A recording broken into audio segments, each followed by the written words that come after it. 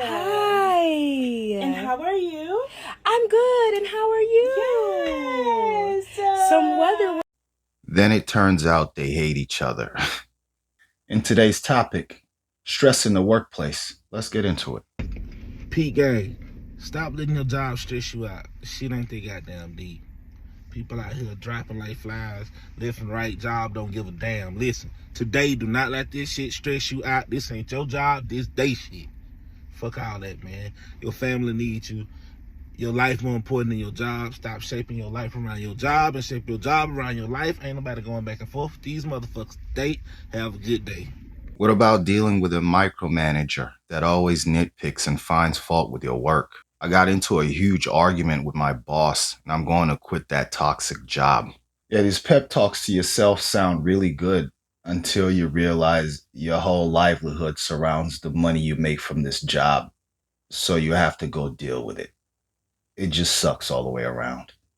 So let's talk about something that is affecting millions of people right now, including you, and that is workplace stress. And I'm not talking about the normal, I've got a deadline kind of stress. I'm talking about the stress that makes you dread Sunday evenings, the stress that has you lying awake at 3 a.m. thinking about tomorrow's meeting, the kind of stress that makes you snap at your family the moment you walk through the door. The kind of stress that has you Googling how to quit your job at least once a week. Workplace stress doesn't stay at work. It follows you home. It seeps into your relationship. It affects your health. It steals your joy. It can literally change who you are as a person. So today I want to give you real proven tools and strategies to deal with workplace stress. Actual practical tools you can start doing today, whether you stay in your job or you decide to leave. But first, let me tell you why this matters more than you might think. Your relationships suffer. When you're stressed at work, you bring that energy home. You get irritable with your spouse, you're impatient with your kids, and you're unavailable to your friends. All right, so how do we actually do this? So number one, you can't manage what you don't understand. Most people are just generally stressed at work, but they haven't actually identified a specific trigger. Is it your workload? Is it a specific person? Is it unclear expectations? Is it feeling undervalued? Is it the environment itself? If this sounds like you and you're not sure what your stress particularly is, I would say practice this week. Keep a journal for your stress, and every time you feel stress spike at work, write down what was happening, who was involved, what thoughts went through your mind, and how did your body react. And if you do this by Monday, by Friday, you will start to see a pattern occur. Number two, set clear boundaries between work and your life. If you don't set boundaries, work will consume everything. Your employer will take as much as you're willing to give, even if it destroys you. So the way boundaries will look like is this: not checking your emails after 7 p.m., taking your full lunch break away from your desk. This is how you practice this. Choose one boundary to implement this week. Just one. Communicate it clearly if necessary, then hold it even when it feels uncomfortable. If you're struggling with boundaries, this is where a coach or a mentor can help you see where you're overextending and give you a language to use. And number three is to control what you can control. One of the biggest sources of workplace stress is feeling out of control. But here's the thing. There's always something you can control, even in chaotic environment. You can control what time you arrive and how you use your first hour, how you organize your workspace, how you prioritize your task, how you respond to difficult people, and what you say yes or no to. And the last one is to develop an exit strategy. Even if you're not leaving your job, this is something that reduces stress immediately. And how do you do this? You develop an exit strategy by updating your CV, build your network, save money, develop transferable skills. Why? Because when you know you could leave if you had to, you feel less trapped. And when you feel less trapped, you feel less stress. Sometimes, despite your best effort, your workplace will remain stressful. Yeah, that stress has no chill. When you get home from work, and then you realize you have to wake up and do it again the next day. It just feels like it never ends, right? You have to focus in on that word manage. You're not going to stop working. It's every day. So that stress is always going to keep coming. So you have to manage it and find the ways that work for you. And I think in many ways, this is unavoidable. I mean, whether you enjoy your career, you enjoy your job, I mean, if you have deadlines and people that depend on you to accomplish things, there's always going to be that stress that comes with it, right? So if you develop certain strategies and certain ways to deal with it, I think it would best serve you in the long term if you realize this and then you take steps to alleviate yourself because it's just going to be there. It's just part of it. Happy Monday. So I was reading an article today from HR Executive, and the article attributes 840,000 deaths a year to workplace stress. Now, the article doesn't reference what years were studied, so we're just going to go with what they're saying. It says 840,000 deaths a year, and it's attributed to workplace stress, whether that's like the onset of AI, and then also our government, just really being in a really unpredictable government situation right now. It's really, really stressful for a lot of people. Also, return to office mandates. People are really stressed out about that. So there are a lot of different variables that are attributing to this stress. And so this is more of the reason why, even as a job seeker, you need to have a strategy. You need to be able to go into your interviews and really ask the right questions that's going to give you the information that you need in order to make a decision if a role is a good alignment for you. Now, I know you're unemployed and you really need to get to work. I understand that. Like I told you last year this time, I was laid off, so I understand how you feel. However, you want to land in the best spot, at least something that you can take to hold you over if the job ends up being something that's not quite aligned with you. The goal is to land the perfect role for you, but that's not always the case. But you need a strategy. You need to know how to go in there, ask the right questions, have the right resume, and know what to expect when you sign that offer letter. I didn't realize that many people died from work stress each year. Boy, and we thought we had stress in the past, man. The past couple months. Yeah, you go ahead and knock that up a couple notches, man, because it just feels stressful, man, whenever you wake up and realize what you have to deal with every single day, man, and realize that there's no end to it anytime soon. I mean, you have to really watch people out there, man. You just don't know what people are dealing with, man. The stress is a lot more now compared to a couple, maybe because I'm just getting older. I think that's part of it too, realizing certain things, but it just feels like it's more stress now. Uncertainty that's going on around us, man. Learning how to deal with this is very crucial now more than ever.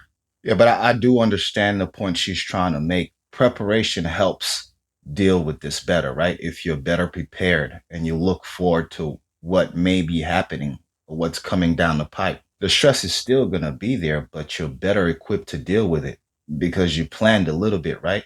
If you're one of those people who gets really, really stressed out about things at work, and you have people like me on TikTok telling you to just stop being stressed because it doesn't matter, because I do say that, but you don't know how to stop stressing, try this.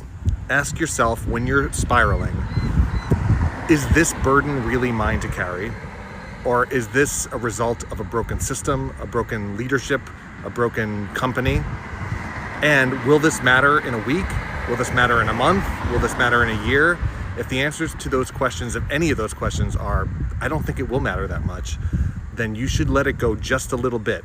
If you can just let things go just a little bit at a time, because those things don't deserve your joy and your peace. You're a whole actual human. You're not a machine. So take a breath, ask yourself if this will matter, ask yourself if it is yours to carry. Maybe those are some practical things you can do instead of me just saying, stop worrying. Like no one can make this go away, right? But you see people trying to offer their advice on how to deal with it. I mean, at the end of the day, there's nothing you really can do about the situation around us and what's going on. All you could do is deal with what's in front of you, handle what's on your plate. It's very important to realize that you don't really have any control of what's going on outside of your immediate surroundings, right? The things you have to deal with. You have to learn to manage that first and just deal with that, because there's not much else you could do about all the other crazy things that are happening. Since 2020, people have been reporting higher stress, depression, and burnout in the workplace. Here are 3 things that you can do to improve your mental health in the workplace. Number 1, make sure that you're not looking at yourself on Zoom meetings. There's a whole bunch of study out of Stanford showing that Zoom fatigue is real. So try to minimize the amount of screen time, especially looking at yourself on Zoom. It's not good for your mental health. Human beings were not naturally made to look at themselves when they're talking to other people. Number 2, Make sure that you're getting up regularly. Standing desks are so important because they keep you moving. If you have to put your calls on audio and take a walk to the water cooler or just get outside during meetings, do it. Movement is medicine. Number 3, eat and drink out of real glasses, real cutlery. Studies show that when you eat out of takeout containers and paper and plastic, it's actually not good for your environment, but also you eat faster, you don't really enjoy your food. So if you want to experience your food at work, use real cutlery. It makes a difference. Man, it really just starts to sound like just persevering. That's what you're doing. Just find ways to make it through. That's all you can do, because like we said, you're going to have to deal with this on a daily basis. So, I mean, how do you make it through? Certain little things you do for yourself, which probably don't help as much, but it does help some. So, I mean, you have to find these ways. And I think it's different for everybody. I mean, just what works for you. At some point, you realize it's not just a job. It's the environment. Because you can handle work. You can handle the responsibilities. You can handle being busy. And you can handle the pressure. But what you can't deal with is the unnecessary stress. That toxic energy, the lack of support, the constant feeling of being on edge. And once you realize that, everything starts to make sense. Why you're so tired, why your mood shifts, why don't you feel like yourself anymore? It's not because you can't handle work. It's because you're in a space that is constantly taking from you. And the moment that realization hits, you start looking at things differently. There's no more blaming yourself. You stop forcing yourself to push through. You stop normalizing what doesn't feel right, and you start asking better questions. Like, is this worth it? Is it sustainable? Is this where I want to be long term? And those questions, they change everything, because once you see it clearly, you can't unsee it. Now be honest, have you had this realization yet? I hate the whiplash of being told one thing and then being told to do the exact opposite 10 minutes later. I mean, of course, we understand it's just not the job that causes it. It comes from everywhere. Now, work has a big part to do with it because you spend a lot of time there. You have friends and family that depend on you to do things after you clock out of a long shift. You got to help them out and deal with that. You have, errands to run. I mean, the stress is going to hit you from everywhere, man, when you have these loaded days back to back. The quicker you come to the realization that this is something that you're going to be going through as an adult, the better off you are, man.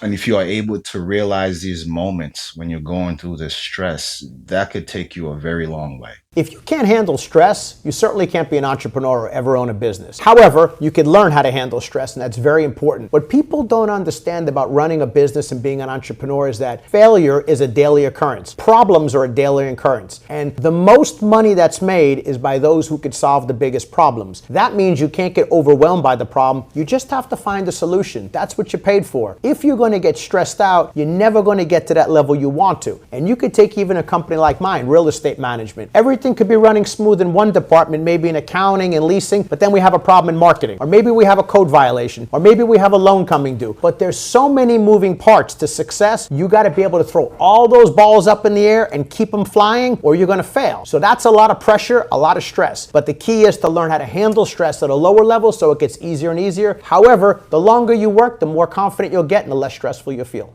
Failure is really the daily life of an entrepreneur. It's very important to know how to manage it. In other words, the stress is part of the game. That's what he's saying. You have to expect that, especially if you're aiming for those higher levels of success. It's just a part of it. It actually sounds like it might be the measuring stick to see if you're built for it or not. If you want success, if you want to run your own business, you have to expect this.